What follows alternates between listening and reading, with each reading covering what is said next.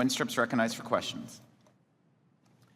Thank you, Mr. Chairman. I want to thank Ranking Member Neal for bringing something up today where he was talking about work improving quality of life for people, and that really is the bottom line.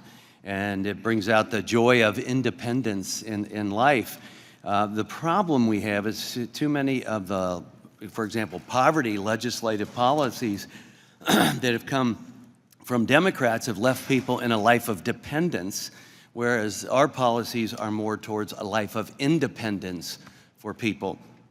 You know, for the last 60 years or so in our country, basically the mantra was, if you don't get a four-year degree, then somehow you failed. But the four-year degree is not the American dream by any means.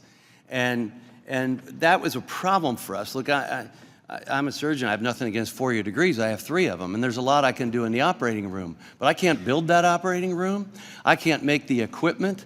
I can't fix that equipment. And you know what? That equipment has to get there somehow, doesn't it, Mr. Redmond? So this is what it takes for America to succeed. That's all levels, because education is workforce development. That's what it should be, so that people can live a life of opportunity. I had an opportunity to go to a college prep Catholic high school. I was allowed to excel there. That's the opportunity that I got. I know a young man, he became valedictorian at that same high school. He's not Catholic, he's Indian. He's a Hindu. I said, why'd you go to this school? He goes, I needed a place where I was allowed to excel. And that opportunity came. I think of great educators like Jaime Escalante, if you know who that is. Watch Stand and Deliver about his life, where he said, the children will rise to the level of their expectations.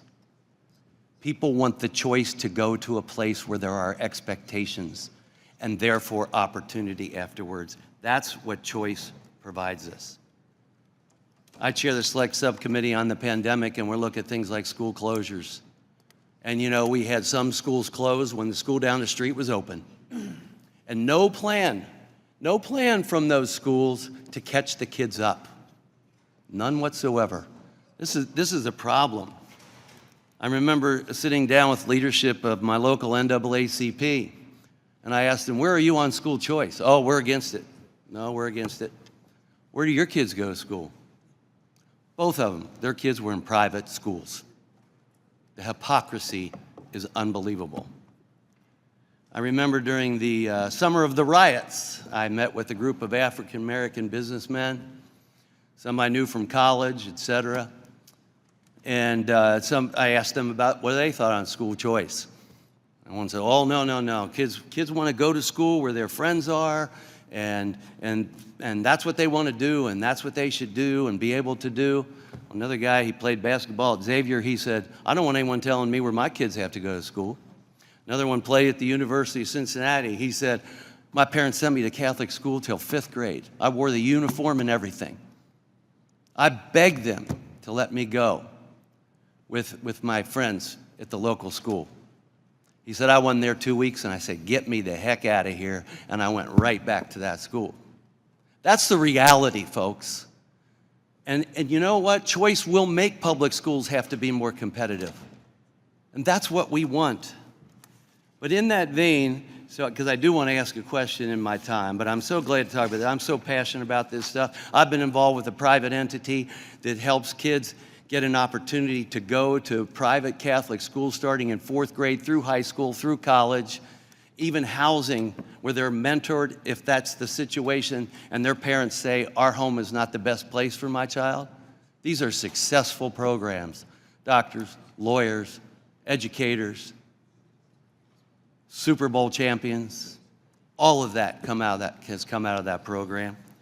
But I want to ask Mr. DeAngelis, what is the effect of school choice in rural areas? Because I have a large rural population. In the rural areas of the country where there may not be a lot of K-12 alternatives, can you talk about the benefits of the ECCA, the Expanding Community College Apprenticeships program for these rural areas? Yeah, if you look at states like Florida, they have rural areas too. According to Step Up for Students, over the past couple of decades since they've expanded private school choice in that state, the number of private education providers has doubled in the rural areas. So when you build it, they will come. You put the money into the hands of families. More providers are going to respond to that demand, and especially if you allow for non-private school tuition expenses as well. It's another good reason why expanding 529 accounts to other expenses would also be a good idea for rural areas where you don't have to start another brick and mortar private school in order to use the program.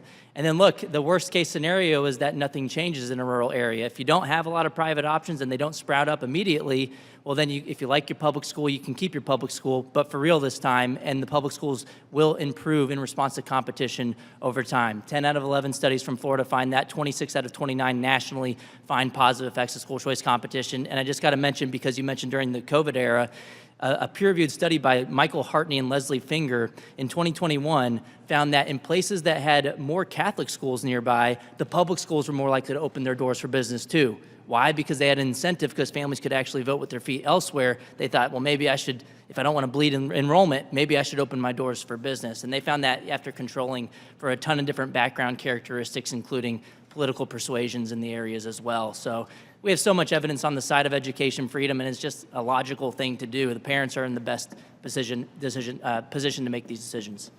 Thank you. I yield back.